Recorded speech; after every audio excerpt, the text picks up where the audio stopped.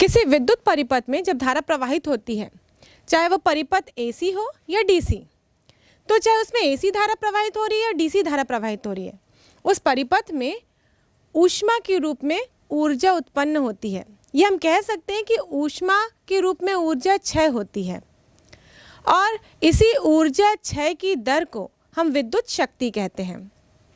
अब ये विद्युत शक्ति का मान दोनों परिपथ में अलग अलग होता है, क्योंकि हम डीसी की बात करें तो यहाँ पर एक नियत वोल्टता होती है और नियत धारा प्रवाहित होती है। इसलिए उस कंडीशन में विद्युत ऊर्जा के क्षय की दर विद्युत शक्ति के बराबर होती है और उस समय हम विद्युत शक्ति का फॉर्मूला देते हैं P बराबर V इंटू आई, जहाँ पे विद्युत शक्ति डीसी वोल्टेज और डीसी धारा दोनों का गुणनफल होती है। लेकिन अगर परिपथ एसी हो तो एसी में प्रत्यावर्ती वोल्टता और प्रत्यावर्ती धारा दोनों का मान चेंज होते रहता है। उस समय विद्युत शक्ति का तात्क्षणिक मान तात्क्षणिक वोल्टता और तात्क्षणिक धारा का गुणनफल होती है। जो प्रत्यावर्ती धारा वोल्टता होती है उसको हम दर्शाते हैं समीकरण V equal to V0 sine omega t से, और जो धारा होती है उसको हमने दर्शाया I equal to I0 sine omega t minus phi, जहाँ पर फाई वोल्टता और धारा के बीच में कलांतर है। और इस समीकरण से ये स्पष्ट है कि यहाँ पर वोल्टता अग्रगामी है और धारा पश्चगामी है। पर इसी डेरिवेशन को हम उल्टा लेके भी करें, मतलब जहाँ पर धारा अग्रगामी हो और वोल्टता पश्चगामी हो, तो वहाँ पर भी हमको सेम परिणाम देखने को मिलेगा। तो अभी हमने जो कंडीशन ली है उसके अनुसार वोल्टता अग्रगामी और धारा पश्चगामी है। अब इसको सूत्र में रखते हैं तो हमें प्राप्त होगा P बराबर V0 sine omega t into I0 sine omega t minus phi. अब इस समीकरण को हम हल करते जाते हैं। यहाँ पर देखिए हम तो होगा P बराबर V0 I0 को एक साथ लिख देती हूँ, ये V0 I0 लिखा, sine omega t into sine omega t minus phi. अब यहाँ पर हम सूत्र बनाने के लिए इस समीकरण में 2 का भाग देंगे और 2 से गुणा करेंगे, तो इस समीकरण बनेगा 1/2 V0 I0 sine omega t into sine omega t minus phi. अब ये जो पोर्शन है ये फॉर्मूला बन रहा है 2 साइन ए साइन बी का। 2 साइन ए साइन बी का फॉर्मूला होता है cos A minus b minus cos A plus B. अब यहाँ पर a क्या है और b क्या है, यहाँ पर हमने ओमेगा टी को a लिया है और b बराबर ओमेगा टी माइनस फाई है। अब इसको हमको समीकरण में रखना है। समीकरण हम ऐसा लिखेंगे p बराबर 1/2 V0 I0 cos a minus b minus cos a plus b, ये हमको लिखना है। अब यहाँ पर a माइनस बी और a प्लस बी को हम लोग पहले से ही हल कर लेते हैं ताकि इसको हम लोग डायरेक्ट समीकरण में रख सकें।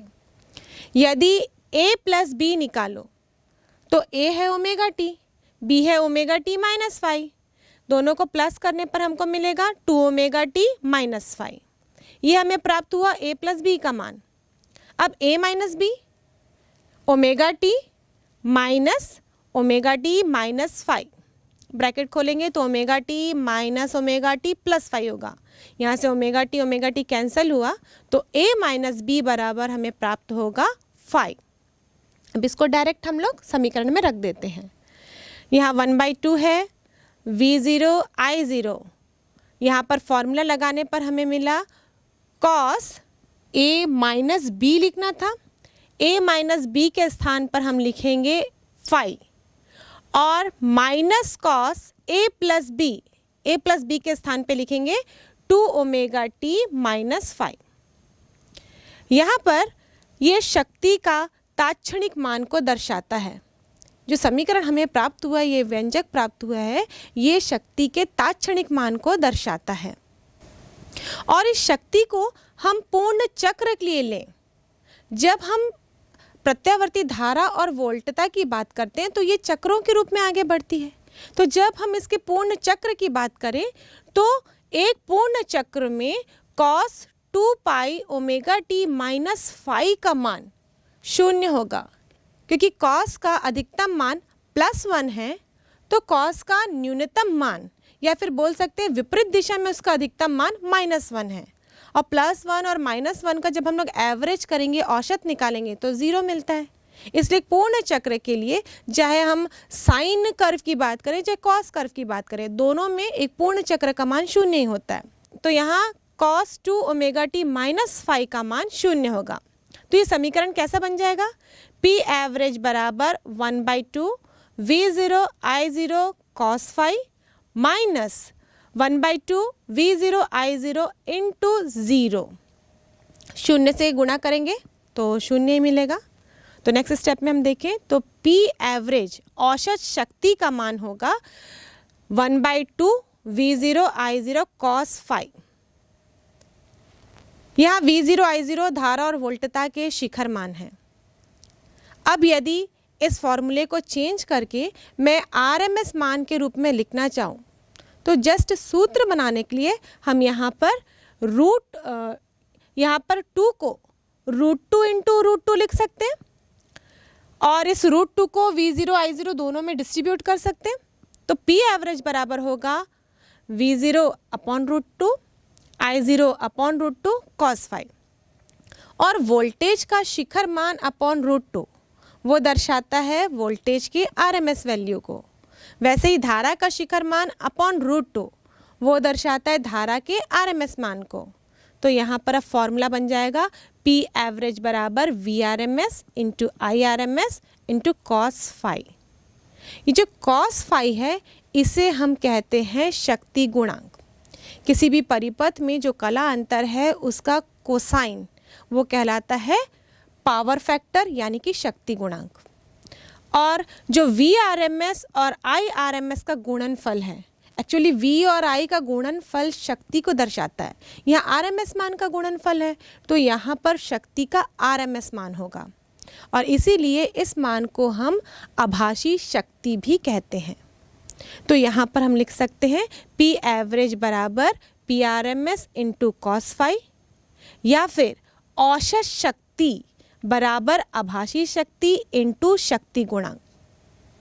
और इस प्रकार हम ये कह सकते हैं कि शक्ति गुणांक किसी भी परिपथ के लिए वह राशि होती है जिसको यदि हम आभासी शक्ति के मान से गुणा करें तो हमें उस परिपथ में औसत शक्ति प्राप्त होती है। और ये औसत शक्ति का मान अलग अलग परिपथ के लिए अलग अलग होता है। अब हम विभिन्न प्रकार के AC परिपथ पढ़ेंगे, मतलब हम ऐसे परिपथ पढ़ेंगे जिसमें अलग अलग घटक जुड़े हुए हैं। तो सबसे पहले हम ऐसा AC परिपथ लेते हैं जिसमें केवल ओमीय प्रतिरोध यानी कि चालक जुड़ा हुआ है। यह है AC परिपथ जिसमें एक ओमीय प्रतिरोध जुड़ा हुआ है। यहाँ पर प्रत्यावर्ती वोल्टता लगाई गई है। अब यहाँ पर हम देखें तो इस सर्किट में अभी तक हम कोई भी सर्किट तैयार कर रहे थे विद्युत धारा वाले चैप्टर में जहाँ हमने बैटरी की सहायता से धारा प्रवाहित की थी, तो वहाँ हम धारा की एक निश्चित दिशा दर्शाते थे जो प्लस से माइनस की ओर होती थी। लेकिन इस परिपथ में हमने कहीं भी धारा की दिशा नहीं दर्शाई है क्योंकि AC में प्रत्यावर्ती वोल्टता लगाई जाती है, मतलब यहाँ पर धारा की दिशा बदलते रहती है समय के साथ साथ। इसलिए ऐसे परिपथ में जहाँ AC वोल्टता लगाई गई है वहाँ पर कभी भी तीर के निशान के द्वारा धारा की दिशा नहीं दर्शाई जाती। तो यहाँ पर इस परिपथ में धारा प्रवाहित हो रही है I। अब वोल्टेज और धारा के बीच में कैसा संबंध है, धारा का शिखर मान कितना है, कला अंतर कितना है, शक्ति गुणांक कितना है, औसत शक्ति कितनी है, ये सारा चीज़ हम इस परिपथ में ज्ञात करेंगे। तो सबसे पहले इस परिपथ में लगाई गई प्रत्यावर्ती वोल्टता का तात्क्षणिक मान समीकरण V = V0 sin omega t से दिया जाएगा। इसे हम समीकरण पहला मान लेते हैं क्योंकि यहाँ पर ओमीय प्रतिरोध लगा है तो ओम के नियम के अनुसार V = होता है IR, जहाँ पर R इस चालक का प्रतिरोध होता है। तो हम लिखेंगे I बराबर V अपॉन R, और यहाँ पर I बराबर हो जाएगा V का मान रखेंगे। ये जो V है ये प्रत्यावर्ती वोल्टता की तात्क्षणिक मान है। अब यहाँ पर इसका मान रखेंगे तो होगा I बराबर V0 sine omega t upon R, और इस समीकरण में V0 एक नियत राशि है क्योंकि ये वोल्टता का शिखर मान है। वैसे ही इस चालक का या प्रतिरोध का भी मान नियत है जिसको हम R से दर्शा रहे हैं। तो ये दोनों नियत मान हैं। इन दोनों नियत राशि V0 अपन R को हम एक नया कांस्टेंट ले लेते हैं और इसको दर्शाएंगे हम I0 से। तो इस प्रकार धारा का समीकरण तैयार होगा I equal to I0 sine omega t। ये है धारा का समीकरण।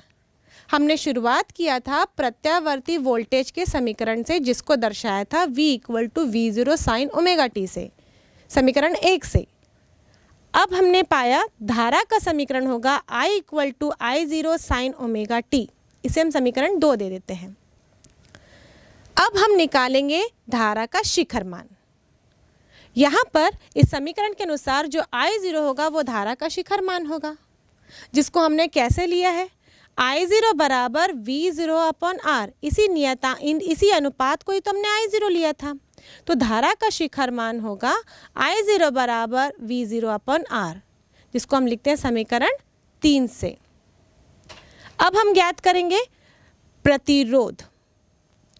प्रतिरोध यहाँ इस समीकरण से आगे बढ़े तो ये होगा V0 अपॉन I0, यानी वोल्टेज का शिखर मान अपॉन धारा का शिखर मान।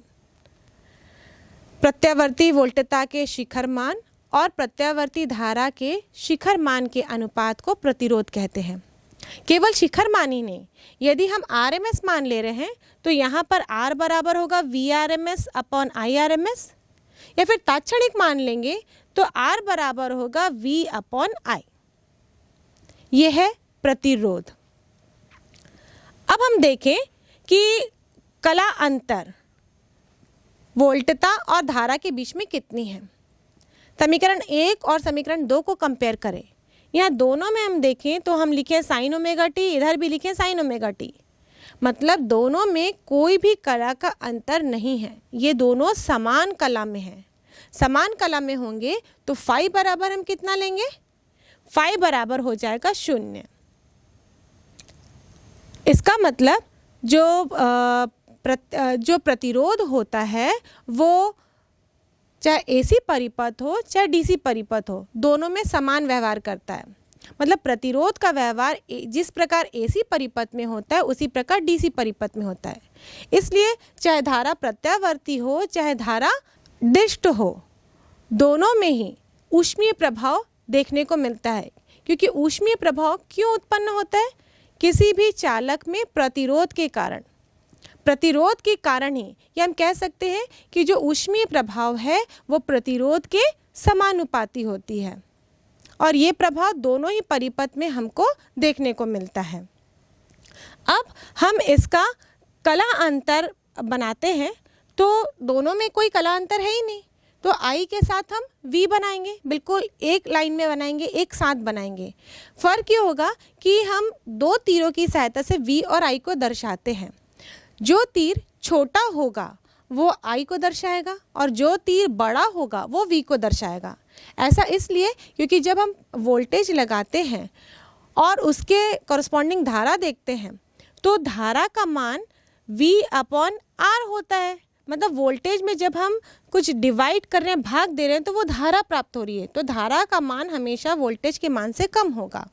इसीलिए यहाँ पर छोटे तीर के निशान को हमने I से दर्शाया और बड़े तीर को हमने V से दर्शाया है। अब ये दोनों समान कला में, इसलिए I के ऊपर ही हम V बनाएंगे। और इसका ये फेज़र आरेख बनाएं तो फेज़र आरेख में X और Y लिया हमने। यहाँ पे भी दो तीर होंगे। इनके कला कितनी थी शुरुआत में, चाहे वोल्टेज की बात करें चाहे धारा की, दोनों ओमेगा टी है। तो यहाँ पर एक कोण लेंगे ओमेगा टी, यहाँ हम दर्शाएंगे वोल्टता V बड़े तीर के निशान से और उसी के ऊपर दर्शाएंगे I छोटे तीर के निशान से। यदि हम I का प्रोजेक्शन यानी कि परपेंडिकुलर हम y अक्ष पे डालें तो वो I का यानी कि धारा का तात्क्षणिक मान देता है, और ये जो तीर है वो धारा का शिखर मान बता रही है। वैसे ही यहाँ पर जो बड़ा तीर है वो वोल्टेज का शिखर मान बताती है, और यहाँ से भी परपेंडिकुलर यदि हम y के लिए डालें तो वो वोल्टेज के तात्क्षणिक मान को दर्शाती है। अब हम इस परिपथ में ऊर्जा क्षय की दर यानी कि औसत शक्ति ज्ञात करेंगे।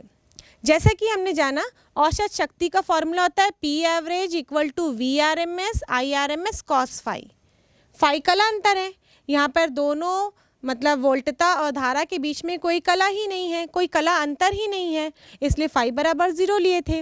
और cos फाई लेंगे यानी कि cos 0, तो cos 0 का मान होता है 1।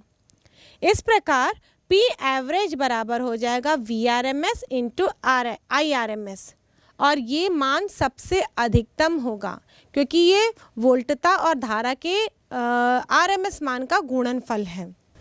यदि हम इस समीकरण को धारा के शिखर मान के रूप में लिखना चाहें तो इसको हम शिखर मान के रूप में कन्वर्ट करते हैं। P एवरेज बराबर होगा IRMS, या VRMS को हम लिख सकते हैं R इंटू IRMS। जैसे मैंने बताया था जो प्रतिरोध होता है वो या तो शिखर मान वोल्टेज और धारा के शिखर मान का अनुपात होती है, या वोल्टेज और धारा के RMS मान का अनुपात को ले सकते हैं, या वोल्टेज और धारा के तात्क्षणिक मान के अनुपात को भी ले सकते हैं। तो यहाँ पर हम लिखेंगे R इंटू IRMS। इसके बाद P एवरेज का फॉर्मूला हो जाएगा IRMS का स्क्वायर क्योंकि ये 2 टाइम्स है इंटू R, और RMS और शिखर मान में क्या संबंध होता है? RMS मान बराबर शिखर मान अपॉन √2 होता है। तो यहाँ पर हम लिखेंगे P एवरेज बराबर I0 अपॉन √2 का स्क्वायर इंटू R, और यहाँ से मिलेगा P एवरेज बराबर I0 का स्क्वायर अपॉन 2 इंटू R। ये मैक्सिमम मान है औसत शक्ति का, और यदि इसको हम तरंग के रूप में देखना चाहें, ग्राफिकल रिप्रेजेंटेशन करना चाहें, तो यहाँ पर ये धारा का ग्राफ है, ये वोल्टेज का ग्राफ है। धारा का ग्राफ हम देखें तो छोटा है, उसका शिखर मान कम है, वोल्टेज का शिखर मान अधिक है, इसलिए ये दोनों ग्राफ बनाए गए। अब यहाँ पर हम देखें जो ये पोर्शन शेड किया गया है धनात्मक क्षेत्रफल का, ये दर्शाता है औसत शक्ति को। अब नेक्स्ट अर्धचक्र में देखिए ये दोनों ही एक साथ ऋणात्मक हो रहे हैं क्योंकि ये समान कला में है। इसका मतलब जब वोल्टता का शून्य मान होगा तब धारा का भी मान शून्य होगा, जब वोल्टता का शिखर मान पहुंचेगा तो धारा का भी शिखर मान पहुंचेगा, जब वोल्टता ऋणात्मक होगी तो धारा भी ऋणात्मक हो जाएगी। तो इस प्रकार इनके बीच में ये साइकिल चलता रहता है। और ये नेगेटिव अर्धचक्र में देखिए ये दोनों ही ऋणात्मक हैं। माइनस और माइनस को गुणा करें तो क्या मिलता है? प्लस। प्लस और प्लस को गुणा करें तो प्लस ही मिलता है, पर माइनस और माइनस को गुणा करें तो भी आंसर धनात्मक ही होता है। और P एवरेज जो होता है वो वोल्टेज और धारा का गुणनफल होती है यहाँ पर, इसलिए इन दोनों का जो औसत शक्ति व्यय या क्षय होगा वो देखें तो ये भी धनात्मक क्षेत्रफल से ही दर्शाया जाएगा। इस प्रकार जब हम इस तरंग का आरेख देखें तो औसत शक्ति व्यय के लिए केवल हमें धनात्मक क्षेत्रफल ही प्राप्त हो रहे हैं। इसका मतलब इस प्रकार के परिपथ में अधिकतम शक्ति व्यय होती क्योंकि हर अर्धचक्र में यहाँ पर शक्ति का क्षय ही हो रहा है। तो इस प्रकार हम एसी परिपथ में यदि कोई ओमीय चालक यानी कि प्रतिरोध जोड़ दें तो मैक्सिमम ऊर्जा का क्षय होता है। तो यदि एसी को नियंत्रित करना हो तो प्रतिरोध लगा के नहीं किया जाता। जैसे डीसी को यदि नियंत्रित करना हो, डिस्ट धारा जा रही हो और उसके मान को कम या ज़्यादा करना है तो हम प्रतिरोध की सहायता से उसे कंट्रोल या नियंत्रित करते हैं। लेकिन एसी परिपथ में हम प्रतिरोध लगाकर कंट्रोल नहीं करते। प्रतिरोध लगाने से भी एसी के मान में नियंत्रण होगा, लेकिन उसका लॉस क्या है, उसका नुकसान क्या है? इस परिपथ में शक्ति क्षय अधिक होगी, इसलिए हम प्रतिरोध का इस्तेमाल एसी परिपथ में धारा को नियंत्रित करने के लिए नहीं करते हैं। अब हमारे पास एक ऐसा ही परिपथ है जो कि प्रतिरोध के साथ जुड़ा हुआ है और उसमें जो वोल्टता लगाई गई है वो 280 साइन 50 पाई t है और जो प्रतिरोध है वो 40 ओम का है और इस परिपथ के लिए हमको वोल्टता की यानी कि स्रोत की आवृत्ति ज्ञात करनी है और धारा का आरएमएस मान ज्ञात करना है। तो इस परिपथ को हल करने के लिए हम सबसे पहले इस समीकरण को इसके बेसिक स्ट्रक्चर से, बेसिक फॉर्मूले से कंपेयर करते हैं। जो बेसिक सूत्र होता है प्रत्यावर्ती वोल्टता का वो है V = V0 sin omega t।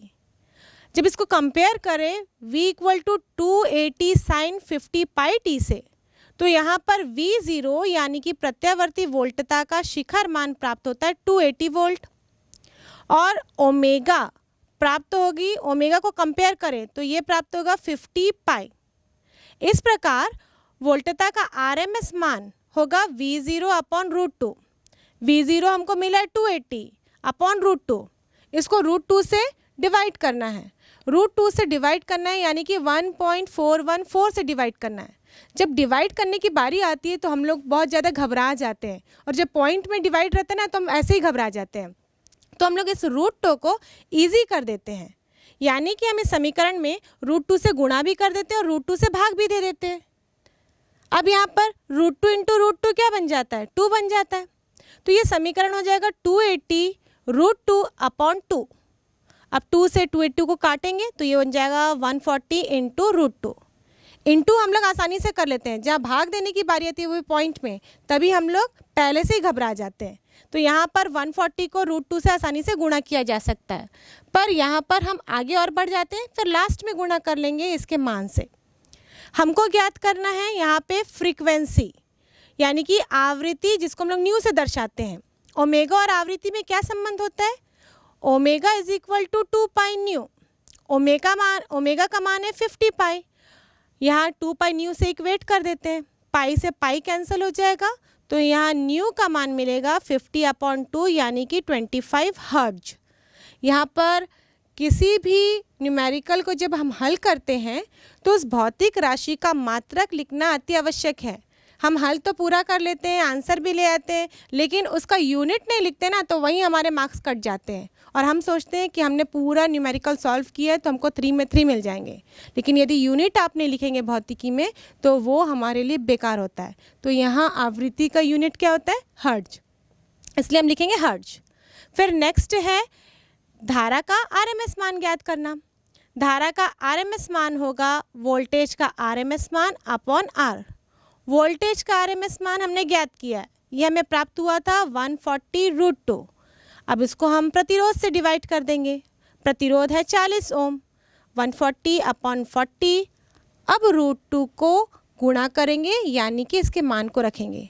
In case यदि आप मान नहीं रखते हैं कोई दिक्कत नहीं, √2 के रूप में भी आंसर आएगा तो भी आपको फुल मार्क्स मिलेंगे। अब गुणा करते हैं तो एग्जैक्ट मान मिलेगा, नहीं भी करते तो भी जो मान मिल रहा है वो सही है और आपको फुल मार्क्स मिलेंगे।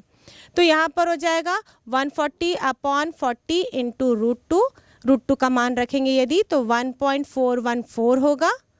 इसका आंसर हमको मिलेगा पूरा सॉल्व करने के बाद 4.95 और धारा की यूनिट होती है एम्पियर, तो यहाँ हम लिखेंगे एम्पियर।